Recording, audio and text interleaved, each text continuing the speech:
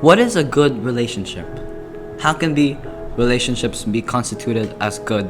And who even determines such a concept? What is good even for people? And what do we even see that in good relationships?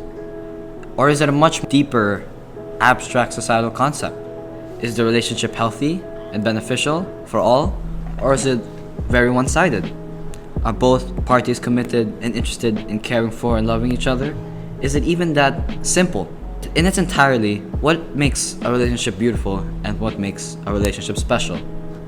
Though it would be hard to perform such analysis on real-life people, thank God for television, either in movies or TV shows like HBO's Euphoria, where I obsessively love their main dynamic duo, Rue Bennett and Jules Vaughn.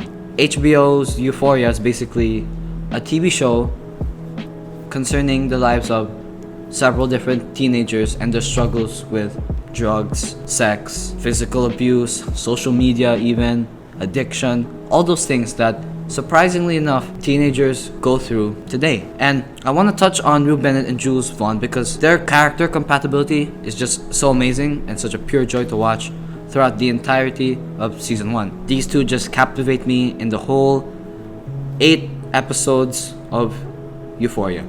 Their natural chemistry as characters is just eye-catching, especially considering that this is model Hunter Schafer's first ever acting role. Also, obviously, Zendaya stars as Rue Bennett's drug addict persona, yet caring and fragile person, and she pulls off this role with such finesse and polish. It was like she was tailor-made and like born for this role. In trying to touch upon the different aspects of their unique chemistry and their overall relationship, I found that in doing so, it only leaves so much on the table. I per se am not Sam Levinson, who was the creator, director, and producer of this amazing show, but I believe there's beauty in having a perspective outside of those in the inner circle, those who created it. Their relationship is really difficult to fully explain if we're just gonna look from episode 1 to episode 8, as throughout the show their situation and friendship grows and changes as characters. To bound their relationship by today's social norms would be to discredit creator, director, and producer, as I said, Sam Levinson's work in bringing these two dynamic characters to life. They're not the typical romantic TV couple and even the typical TV friendship. The ways each of their character progresses throughout season 1 is very, very different to the rest of the character duos. For example, if you look at Nate and Maddie, whose relationship is very obviously, in today's standards, quite normal on the outside looking in, meaning high school jock, star football player, with star cheerleader even, Manny Perez. But then it's when you look even deeper that you see the fragile sensitivities that occupy each relationship.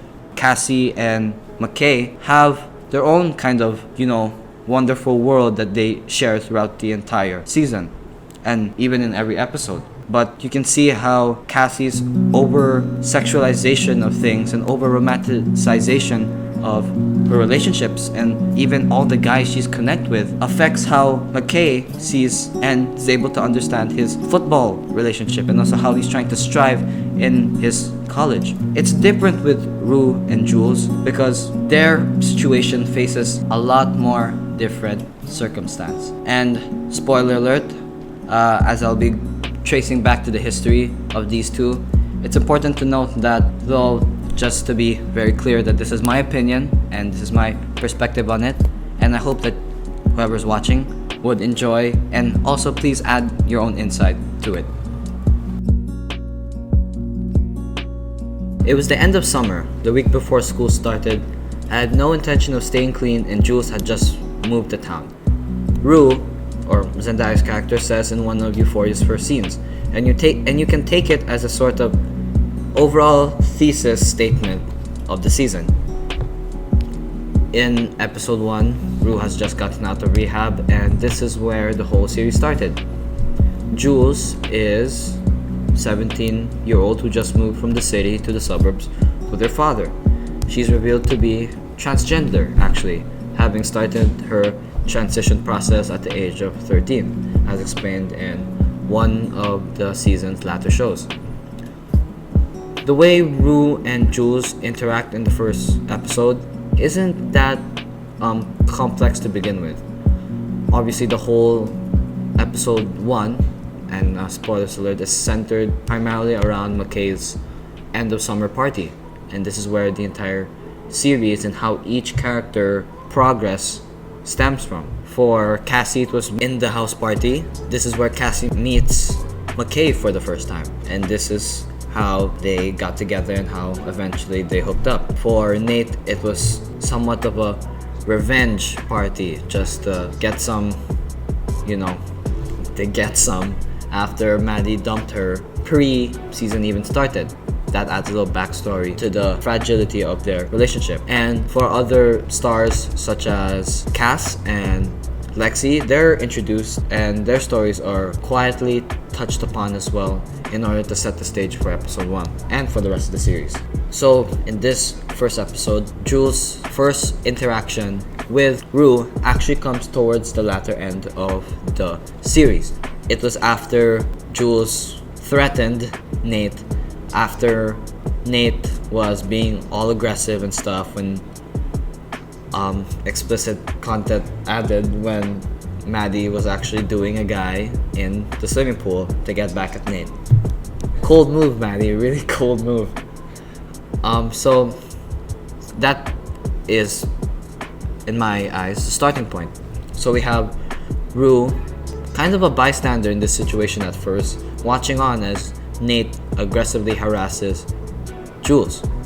But to add more depth into Jules' character and to explain why she's so important and such a very amazing and unique dynamic character, she fights back against the famous, popular high school jock, quarterback, football star, and cuts herself on the wrist even to intimidate him even more. That's one hell of a statement to make in your first official house party since moving from the city. And this is where I believe Rue sees it. And when I mean it, and even Zendaya acknowledges in a recent interview that she fell in love at first sight. And it's hard to explain why per se, but she felt a click. And this what urged her to follow her outside of the party and ask if she can go to Jules' home with her, and to set the stage and to kind of cement what real relationship or what real duo will be primarily centered on in Euphoria.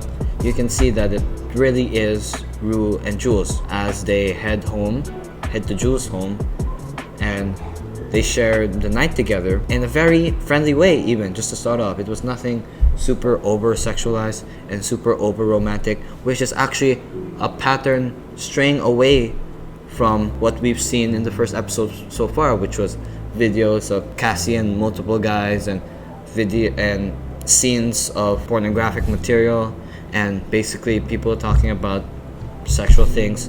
This was actually a far cry from that in the last parts of episode 1, where they share the bed and they're just getting to know each other, just there.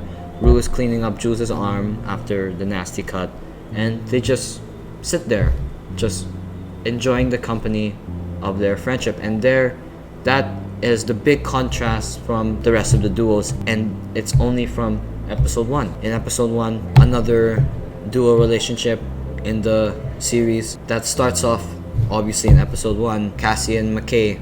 Immediately after their first encounter, they're doing it. They're already having sex, and some problems arise after that.